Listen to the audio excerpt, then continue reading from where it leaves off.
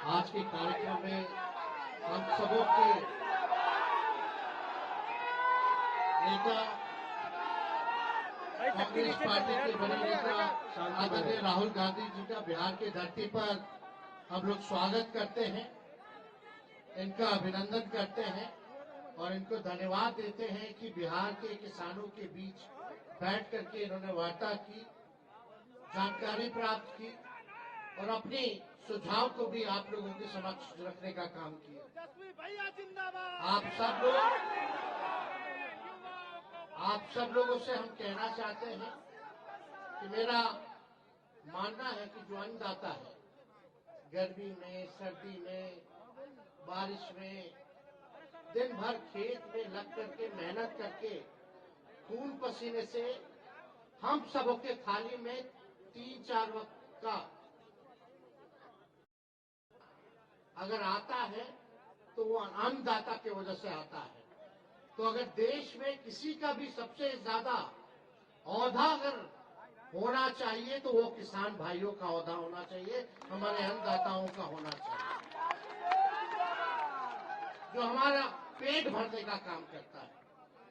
लेकिन आजकल जो जमाना है, जो आप लोगों को बतलाया जाता है, राहुल गांधी जी ने सच आप लोगों के समक्ष रखा कि मुद्दे की बात नहीं होती है, मोदी जी की बात होती है।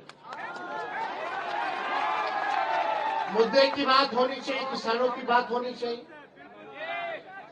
और यही बात अगर हम लोग पूछे, भाई मोदी जी तो कहते थे कि 2022 में आए तो गुना कर देंगे किसानों का, हुआ कि नहीं हुआ, ये तो बात सामने आ ही गई है कि आए तो गुना तो छोड़िए, गरीब गरीब होता चला गया, अमीर अमीर होता चला गया।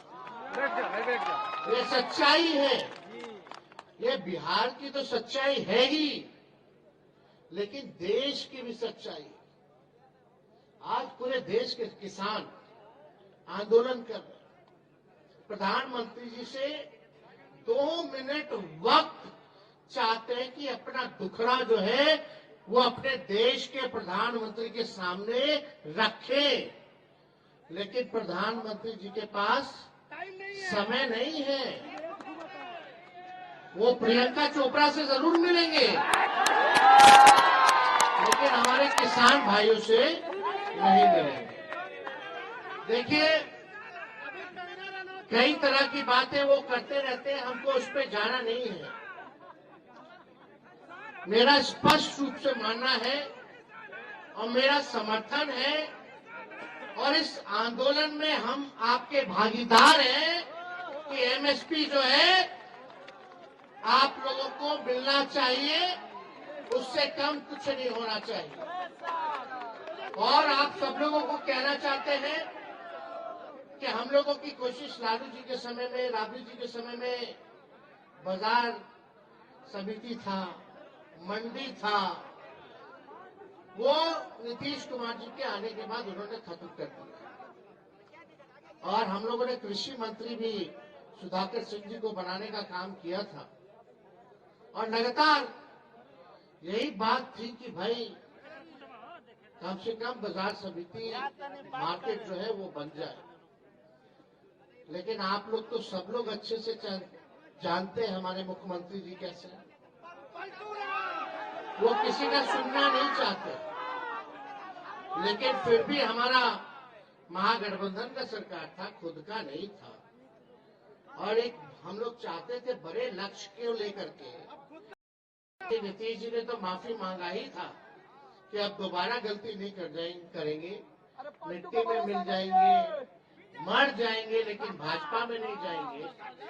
तो हम लोग तो भोले भाले लोग हैं, बात जो है समझ में आता है, चलो कोई नहीं, देश में सांप्रदायिक शक्तियों को रोकना है।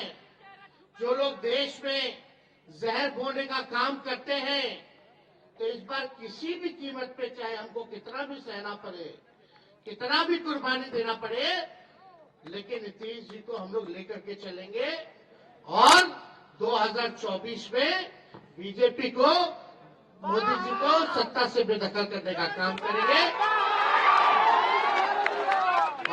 लोगों ने एक थके हुए मुख्यमंत्री को, थके ही हुए हैं ना,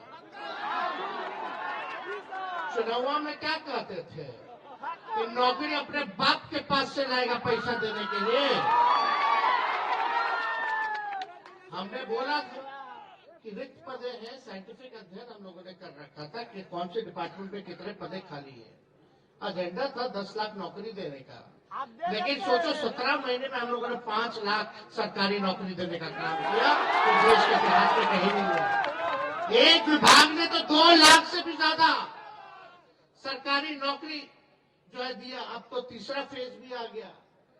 और यही नहीं, मुख्यमंत्री जी तो वही स्वास्थ्य विभाग का मेरा फाइल दबा के रखे जाए, 1,30,000 लोगों को बहाली जो है निकालना था, लेकिन कई कैबिनेट मीटिंग में नहीं आए। बोले आप कर देंगे, आप कर देंगे, आप कर देंगे। तो चलो, ज्यादा किसी का बुराई नहीं करना है, बुराई करने से कोई फायदा नहीं है। मेहनत करेंगे, लड़ाई लड़ेंगे। और राहुल जी आज आए हैं, हम उनका स्वागत करते हैं। और ये घूम करके देश भर में देश को जोड़ने का काम कर रहे हैं, और ये बहुत जरूरी है। ये नफरत की राजनीति जो लोग करते हैं, जो झूठ का प्रचार करते हैं, हमने पहले भी कहा था कि मोदी जी जो है वो झूठ बोलने के फैक्ट्री हैं। मोदी जी जो है वो झूठ बोलने के होलसेलर हैं। मोदी जी जो है झूठ बोलने के मैन्युफैक्चरर हैं। मोदी जी जो है झूठ बोलने के डिस्ट्रीब्यूटर हैं। तो इसलिए आप सब लोग जागरूक समाज हैं।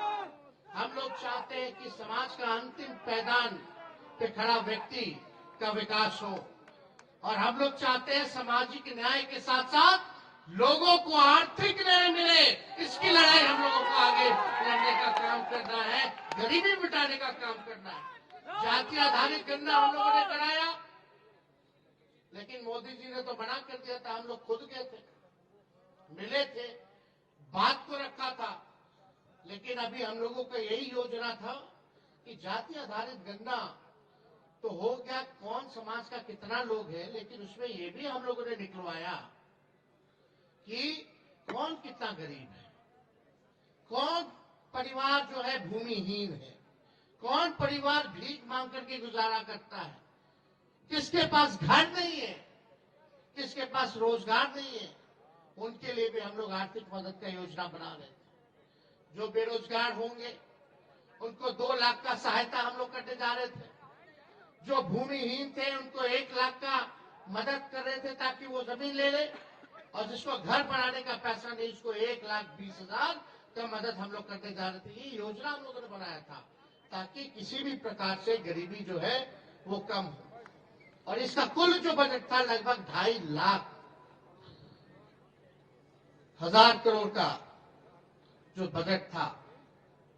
हम लोग मांगते रहे विशेष सहायता मिल जाए भारत सरकार से, डबल इंजन की सरकार है। चलो, अब तो उम्मीद करते हैं कि बिहार को स्पेशल राज्य का दर्जा मोदी जी दे दे या स्पेशल पैकेज दे दे। तो इसलिए आप सब लोग यहाँ किसान के लोग आए हैं, यहाँ सभी किसानों ने अपनी बात को यहाँ रखा। हम इनको भी सभी लोगों को धन्यवाद देते हैं, और राहुल जी को भी विशेष तौर पर धन्यवाद देते हैं। और हम लोग डरने वाले लोग नहीं हैं। राहुल गांधी जी आए थे अभी किशनगंज, कटिहार होते हुए गए। उस दिन एक दिन हमारे पिताजी को बुला लिया गया ईडी ऑफिस, उसके अगले दिन हमको बुला लिया गया। तो ये तो हम लोग तो बचपने से ना देख रहे, कोई डरने वाली बात नहीं है ना। इनके गीदड़ भक्ति से लालू जी और लालू जी का बेटा घबराने वाला है। तो आप तो मजबूत रहिए, आपके अधिकार के लिए, आपके हक के लिए, आपको न्याय दिलाने के लिए, आपको इंसाफ दिलाने के लिए जो खून पसीना बहाने की जरूरत होगी वो हम लोग मिलकर के बहाने का काम करेंगे, ताकि आप लोग आगे बढ़े, आपका तरक्की हो। तो इन्हीं चंद शब्दों के साथ आप सब लोगों को धन्यवाद देते हुए अपनी बात को यही विराम देते हैं। बहुत बहुत